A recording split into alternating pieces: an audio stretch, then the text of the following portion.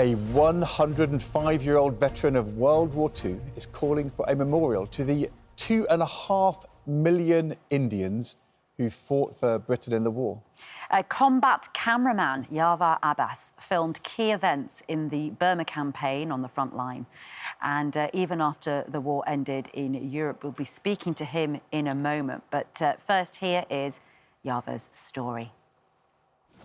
105-year-old Yarvar Abbas is one of the last surviving voices from a forgotten front. At just 23, he enlisted to fight fascism and ended up facing the enemy not with a rifle, but a camera.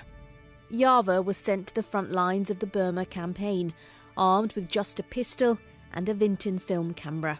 His mission as a combat cameraman was capturing this footage to show the world the courage and chaos of war as it happened. His role gave him a unique vantage point, not just of the reality of battle, but also the aftermath of Hiroshima. Captain Abbas eventually married and settled in England, establishing his own film company. His career saw him move freely between making films, broadcasting and journalism. In 2020, aged 99, he married for a second time to 65-year-old writer Noor Zahir. 80 years after the end of World War II, Yavar continues to call for a greater recognition of his fellow soldiers. His message is clear, a dedicated memorial to honour all Indians who fought and died for Britain. And Yarvar Abbas joins us now. It's a remarkable life that you have led, Yarvar. Just tell us... Just a slight correction, yeah. Not a second time, a third time married. Marriage, yes. Right, yes, third time married. Gosh. Let me just... 2 Indian wives and 1 English. I see. Good to get that on record. And all on... No unhappy party. No. Ah, well, that's lovely. And getting married in your late 90s, was it fun? Pardon? Getting married in your late 90s is fun? I got married...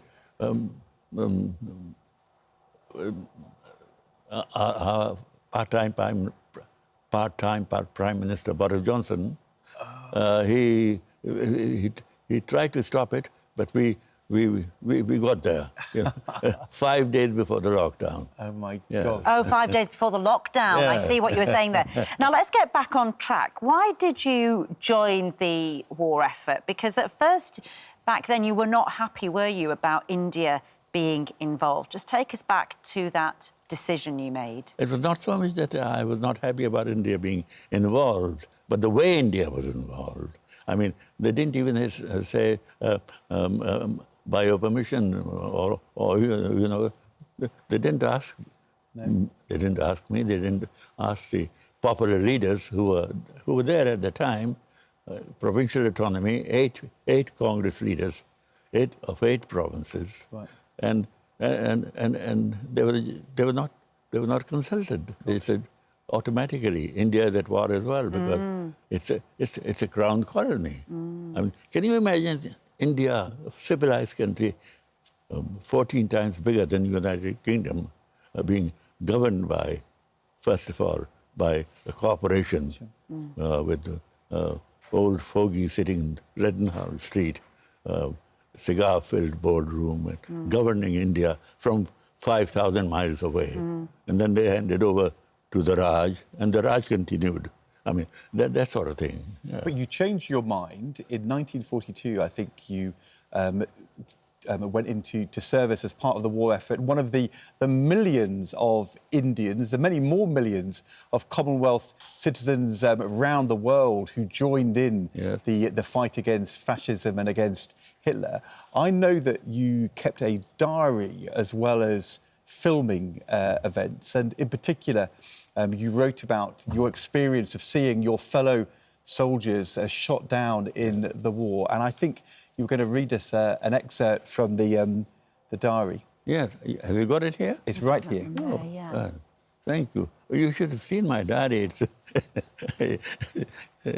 The notebook, I forgot. I should have brought it. It was quite a sight. I bet. I think, yeah. Yes, that's what I wrote. If ever I see a Japanese on the battlefield and I'm in a position to kill him, nothing could stop me from doing it. even if the Japanese was incapable of killing me, nothing would stop me, not even Mahatma Gandhi. And that was in reference to how hurt and devastated you were by seeing what had happened to your fellow comrades. But eventually... Seriously enough, I'm now ashamed of this. Yeah. Really, because that was what you wrote at the time. Yeah. That was how you felt then. But when I went to Japan and saw them in their natural habitat, I was part of the occupation forces after the war, British Commonwealth forces, under the overall command of the great General Douglas MacArthur, who was sacked by Truman, if you remember, that general. Of course. But I have great admiration.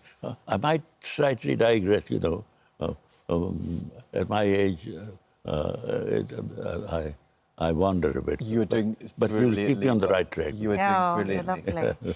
And so when I got to with the British Commonwealth occupation forces, I was the cameraman directing the coverage of 268 Indian Brigade, of which I was part. Wow. Gosh. And there I saw the Japanese in a very different light. Yeah. I fell in love with them. Of course. Yeah. That's remarkable. Charming, wonderful people. And what is it that you want? I can't not talk about Hiroshima. No. Of course. With the worst war crime that was ever committed. Of course. Was visited on them, and they within 5 years, they were the second economy in the world. Of course. And yes. so you're here really because we also, obviously you're 105, but you want now, you're still campaigning because whilst there are memorials to Indian soldiers in various places, you're saying that actually you want something dedicated just for Indian soldiers, those who fell and those who survived. Tell us why that's so important to you. Well, it's important because I was part of the 14th Army, and it's called the Forgotten Army, because they think that the war finished on the 8th of May. No, the 14th Army continued for another 4 or 5 months, so the war didn't finish then.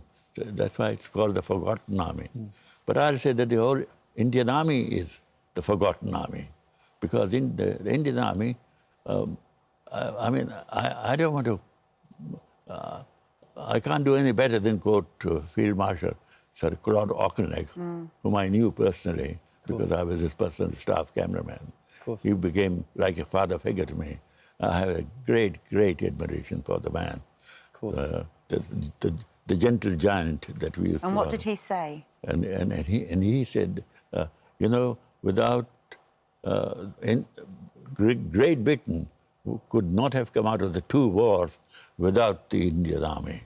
That is so right. And that is why your campaign's so important. And I would think defence ministers will want to listen to you and take what you're saying very seriously. Yes, and the important thing is that